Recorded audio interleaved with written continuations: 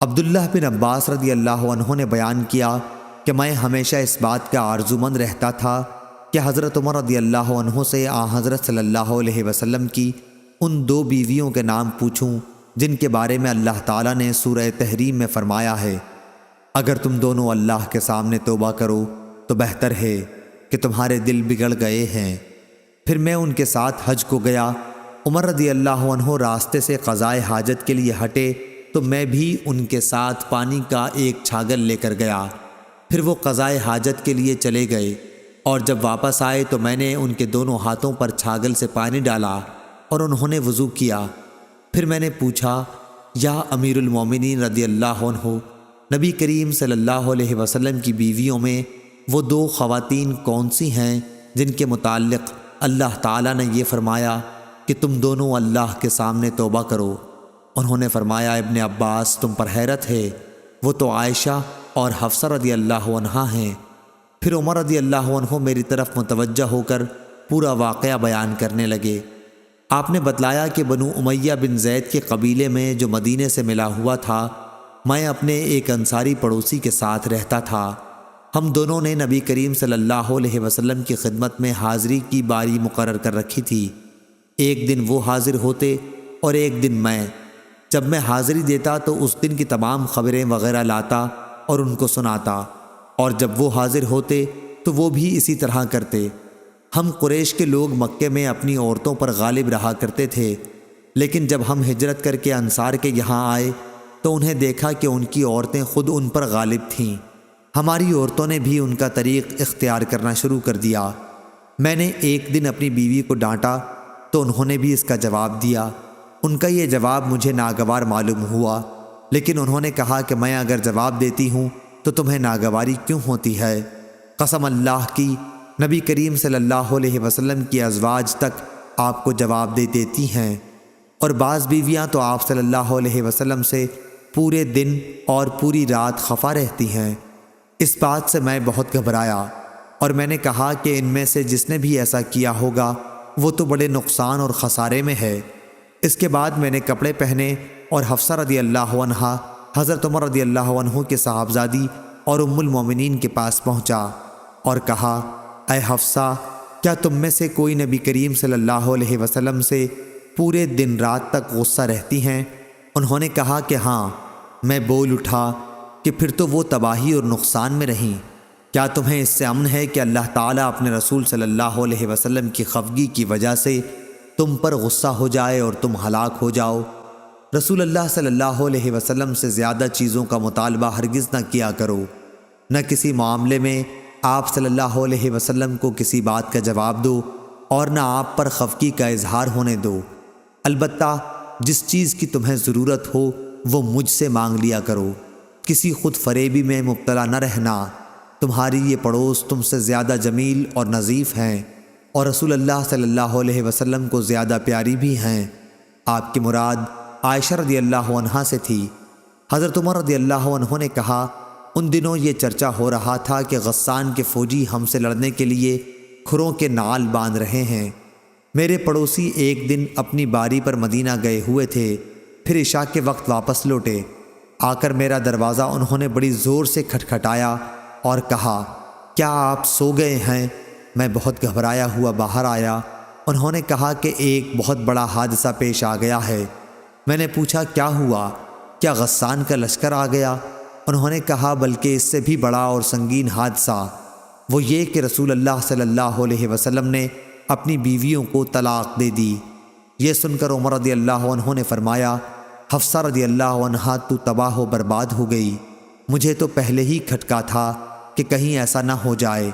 عمر رضی اللہ عنہ نے کہا، پھر میں نے کپڑے پہنے، صبح کی نماز رسول کریم صلی اللہ علیہ وسلم کے ساتھ پڑھی۔ نماز پڑھتے ہی حضرت صلی اللہ علیہ وسلم اپنے بالا خانہ میں تشریف لے گئے اور وہیں تنہائی اختیار کر لی۔ میں حفصہ رضی اللہ عنہا کے یہاں گیا، دیکھا تو وہ رو رہی تھیں۔ میں نے کہا، رو کیوں رہی ہو؟ کیا پہلے میں نے تمہیں نہیں کہہ دیا تھا؟ کیا رسول اللہ صلی اللہ علیہ وسلم نے تم سب کو طلاق دے دی ہے؟ انہوں نے کہا کہ مجھے کچھ معلوم نہیں، آپ بالا خانہ میں تشریف رکھتے ہیں۔ پھر میں باہر نکلا اور ممبر کے پاس آیا۔ وہاں کچھ لوگ موجود تھے اور بعض رو بھی رہے تھے۔ تھوڑی دیر تو میں ان کے ساتھ بیٹھا رہا، لیکن مجھ پر رنج کا غلبہ ہوا اور میں بالا خانے کے پاس پہنچا جس میں آپ صلی اللہ علیہ وسلم تشریف رکھتے تھے۔ میں نے آپ کے ایک سیاہ غلام سے کہا کہ حضرت صلی اللہ علیہ وسلم سے کہو کہ عمر رضی اللہ عنہ اجازت چاہتا ہے۔ وہ غلام اندر گیا اور آپ صلی اللہ علیہ وسلم سے گفتگو کر کے واپس آیا اور کہا کہ میں نے آپ کی بات پہنچا دی تھی، لیکن حضرت صلی اللہ علیہ وسلم خاموش ہو گئے۔ چنانچہ میں واپس آ کر انہی لوگوں کے ساتھ بیٹھ گیا جو ممبر کے پاس موجود تھے۔ پھر مجھ پر رنج غالب آیا اور میں دوبارہ آیا، لیکن اس دفعہ بھی وہی ہوا۔ پھر آ کر انہی لوگوں میں بیٹھ گیا جو ممبر کے پاس تھے، لیکن اس مرتبہ پھر مجھ سے نہیں رہا گیا اور میں نے غلام سے آ کر کہا کہ عمر رضی اللہ عنہ کے لیے اجازت چاہو، لیکن بات جوں کی توں رہی۔ جب میں واپس ہو رہا تھا کہ غلام نے مجھ کو پکارا اور کہا کہ رسول اللہ صلی اللہ علیہ وسلم نے آپ کو اجازت دے دی ہے۔ میں آپ کی خدمت میں حاضر ہوا تو آپ صلی اللہ علیہ وسلم کھجور کی چٹائی پر لیٹے ہوئے تھے جس پر کوئی بستر بھی نہیں تھا، اس لیے چٹائی کے ابھرے ہوئے حصوں کا نشان آپ کے پہلو میں پڑ گیا تھا۔ آپ اس وقت ایک ایسے تکیے پر ٹیک لگائے ہوئے تھے جس کے اندر کھجور کی چھال بھری گئی تھی۔ میں نے آپ صلی اللہ علیہ وسلم کو سلام کیا اور کھڑے ہی کھڑے عرض کی کہ کیا آپ صلی اللہ علیہ وسلم نے اپنی بیویوں کو طلاق دے دی ہے؟ آپ نے نگاہ میری طرف کر کے فرمایا کہ نہیں۔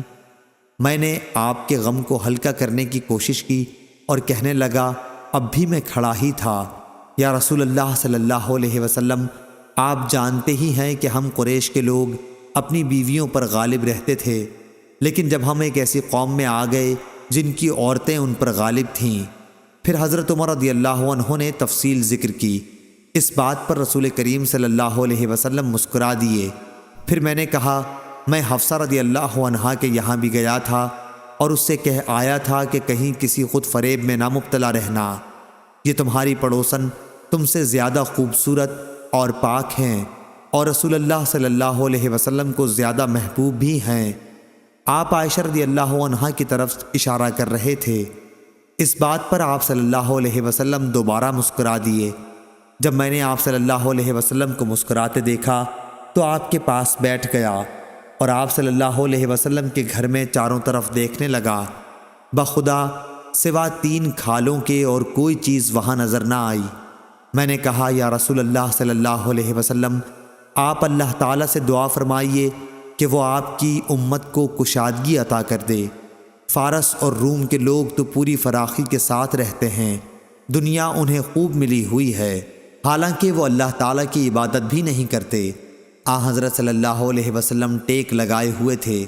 آپ صلی اللہ علیہ وسلم نے فرمایا، اے خطاب کے بیٹے، کیا تمہیں ابھی کچھ شبہ ہے؟ تو دنیا کی دولت کو اچھا سمجھتا ہے؟ یہ تو ایسے لوگ ہیں کہ ان کے اچھے اعمال جو وہ معاملات کی حد تک کرتے ہیں، ان کی جزا اسی دنیا میں ان کو دے دی گئی ہے۔ یہ سن کر میں بول اٹھا، یا رسول اللہ صلی اللہ علیہ وسلم، میرے لیے اللہ سے مغفرت کی دعا کیجیے۔ تو نبی کریم صلی اللہ علیہ وسلم نے اپنی ازواج سے اس بات پر علیحدگی اختیار کر لی تھی کہ عائشہ رضی اللہ عنہا سے حفصہ رضی اللہ عنہا نے پوشیدہ بات کہہ دی تھی۔ حضور اکرم صلی اللہ علیہ وسلم نے اس انتہائی خفگی کی وجہ سے جو آپ کو ہوئی تھی فرمایا تھا کہ میں اب ان کے پاس 1 مہینے تک نہیں جاؤں گا، اور یہی موقع ہے جس پر اللہ تعالیٰ نے آپ کو متنبہ کیا تھا۔ پھر جب 29 دن گزر گئے تو آپ عائشہ رضی اللہ عنہا کے گھر تشریف لے گئے اور انہی کے یہاں سے آپ نے ابتدا کی۔ عائشہ رضی اللہ عنہا نے کہا کہ آپ نے تو عہد کیا تھا کہ ہمارے یہاں 1 مہینے تک نہیں تشریف لائیں گے، اور آج 29ویں کی صبح ہے، میں تو دن گن رہی تھی۔ نبی کریم صلی اللہ علیہ وسلم نے فرمایا، یہ مہینہ 29 دن کا ہے، اور وہ مہینہ 29 ہی دن کا تھا۔ عائشہ رضی اللہ عنہا نے بیان کیا کہ پھر وہ آیت نازل ہوئی جس میں ازواج النبی رضی اللہ عنہم کو اختیار دیا گیا تھا۔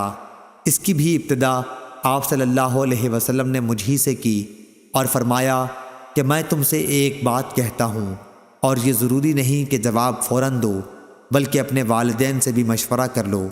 عائشہ رضی اللہ عنہا نے بیان کیا کہ آپ کو یہ معلوم تھا کہ میرے ماں باپ کبھی آپ سے جدائی کا مشورہ نہیں دے سکتے۔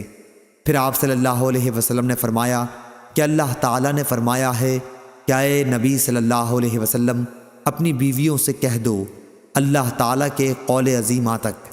میں نے عرض کیا کیا اب اس معاملے میں بھی اپنے والدین سے مشورہ کرنے جاؤں گی؟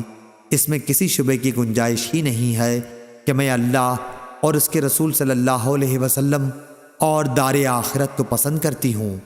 اس کے بعد آپ صلی اللہ علیہ وسلم نے اپنی دوسری بیویوں کو بھی اختیار دیا اور انہوں نے بھی وہی جواب دیا جو عائشہ رضی اللہ عنہا نے دیا تھا۔ صحیح بخاری حدیث نمبر 2468۔